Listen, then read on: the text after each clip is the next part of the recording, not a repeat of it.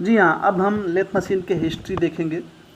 जैसे कि हमें पता है, लेथ मशीन का आविष्कार फ्रांस के जंगलों में लकड़ीहारों के द्वारा लकड़ी काटते हुए हुआ था। जैसे कि आप देख रहे हैं, बहुत सारे जो पेड़ होते हैं तो उसकी टहनियाँ आपस में मिली जुली होती हैं। तो एक पेड़ की टहनी दूसरे पेड़ के टहनियों में मिली होती है। तो जैसे ही लकड़ी काट रहे थे तो एक सिरा ऑलरेडी फंसा था और दूसरा सिरा जो काट रहे थे वो भी आके फंस गया।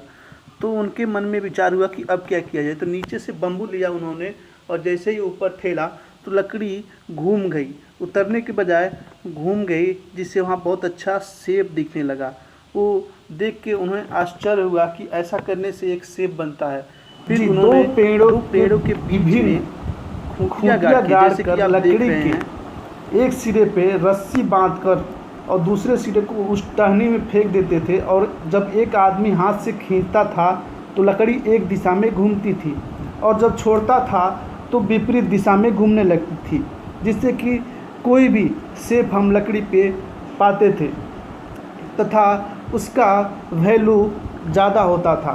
सन 1797 ईस्वी में इसी सिद्धांत पे हेनरी माउडस्ले नामक एक अंग्रेज था, जिसने पोल लेथ व काउंटर वेट लेथ व फ्लाई वेट लेथ बनाकर उद्योग युग की शुरुआत कर दी, जिससे कि हमारा उद्योग चलने लगा। सन 1817 में रोबोट ने स्पिंडल की गति बदलने के लिए 4 चरण वाली चरखी बैक व्हील का उपयोग किया, जिससे जल्दी से जल्दी व बड़े से बड़े जाप को बहुत ही आसानी से बनाया जाने लगा।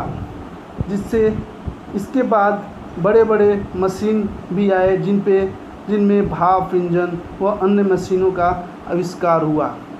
या कुछ समय बाद कह सकते हैं, फीडरलैंड ने मशीनों के साथ लीड स्क्रू को जोड़ दिया, जिससे कि लेथ मशीन पे चूड़ी काटे जाने लगी। लेकिन 8 TPI के यदि चूड़ी काटना हो तो 8 TPI का लीड स्क्रू लगता था, और यदि 12 का काटना हो तो उसको निकाल के 12 को लगाना पड़ता था। इससे समय ज़्यादा लगता था।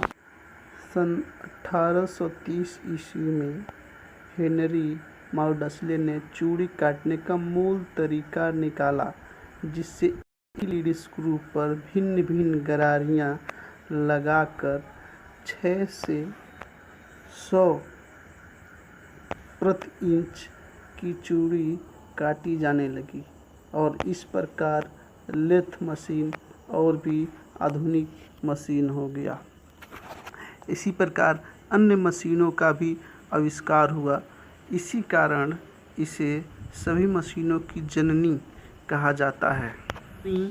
मदर ऑफ मशीन भी कहा जाता है, क्योंकि लेथ मशीन का आविष्कार नहीं हुआ होता तो अन्य मशीनों का आविष्कार भी नहीं हुआ होता।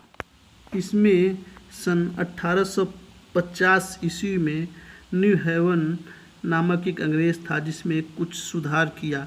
तत्पश्चात हेनरी माउडस्ले ने फिर 3 मीटर बड़ा फेस प्लेट बनाया, जिससे कि बड़े से बड़े जाबों को बहुत ही आसानी से बांध के टर्न किया जाने लगा।